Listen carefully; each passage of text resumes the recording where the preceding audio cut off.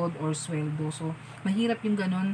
At, syempre, bago kang mag-resign, isipin mo muna kasi mahirap din na walang pera, income. So, dapat ganun. Kumbaga, um, bayaan mo na totally guidance talaga ni Lord eh. Kasi yun talaga eh, pinag-pray ko talaga yung aking work. So kung nahihirapan ka man dyan, pag-pray mo yung amo mo, pag-pray mo yung mga kasama mo sa trabaho mo, at yung sarili mo na gumaan yung loob mo, pagpasok sa trabaho. Kasi why?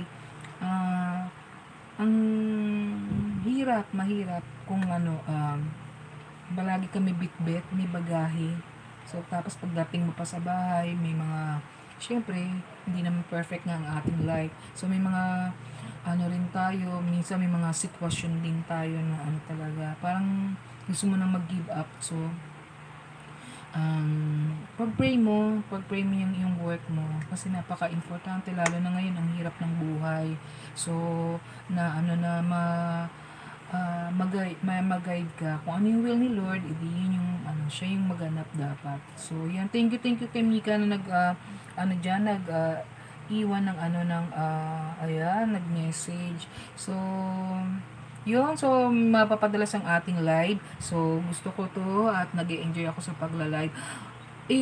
Yun nga yung sinabi ko kasi before parang wala namang tumao doon sa aking live. Okay lang yan guys kasi kagaya nga ng sinabi ko, minsan naman may mga nanonood naman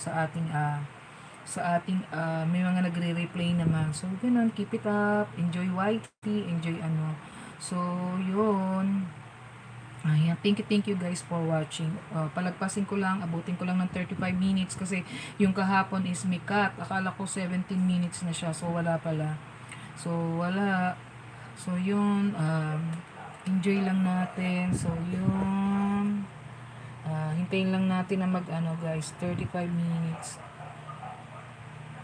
Ayan, nilipat ko yung ating camera. So yan. Hinintay ko lang guys na yung naglilinis ng aircon.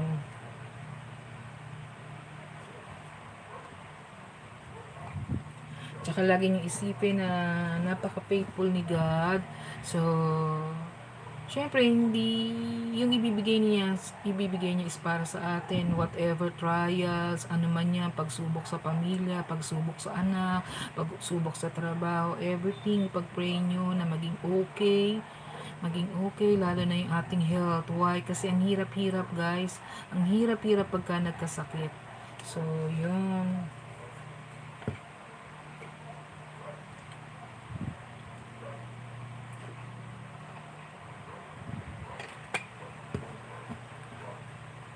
ingatan natin yung ating health kasi mapupunta lang yung ating pinagpaguran sa ating pagpapa-ospital. So ingatan at para alam mo na, para alam mo ang hirap kasi makikita mo yung mga dun na maraming tusok-tusok.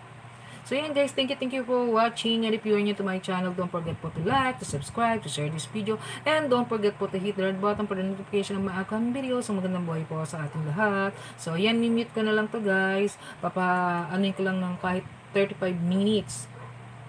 Thank you guys, God bless everyone. Lagi mong tandaan, mayroong magandang mangyayari sa'yo.